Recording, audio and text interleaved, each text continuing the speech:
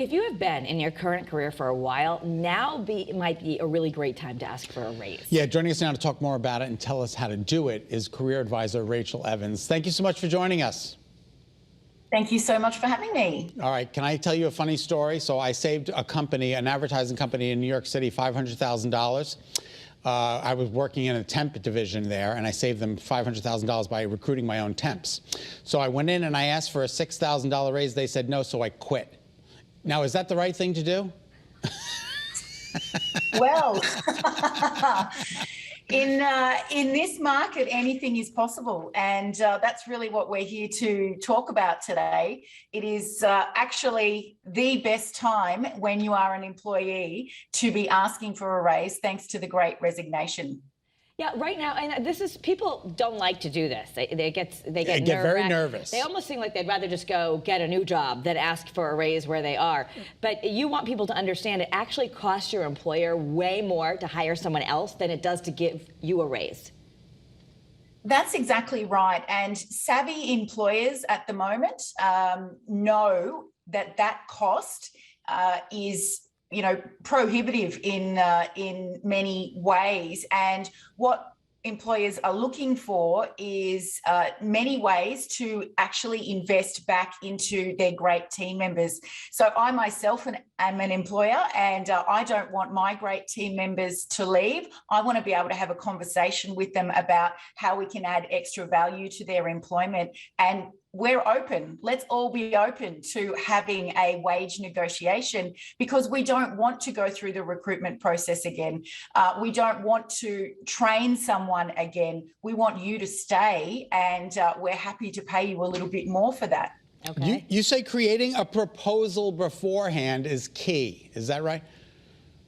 That's right. As the employee, you need to put a business case together. So we're not talking about, you just turning up for your paycheck and not doing a great job but expecting more money.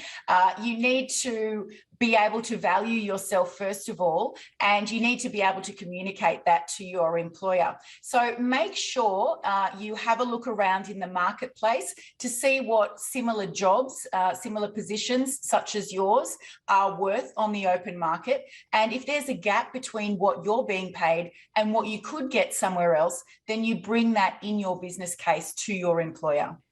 And you want to make a list of your duties, your accomplishments, and really outline how you're creating value for the company.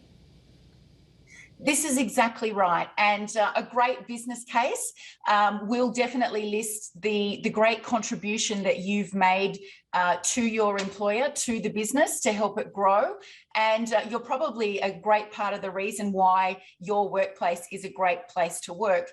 And employers are recognising that they do have great team members who love their jobs, but at the moment people are looking around to see if there's more money on offer. So if you're happy in your workplace, then make sure you also let your employer know that, and let them know how you contribute to the great working environment. So what if you go in there and they're just like, well, I can't, we don't have it in the budget. Money, it's not in the budget. Or we're corporate America, we can't do more than 3%, no one else is getting that.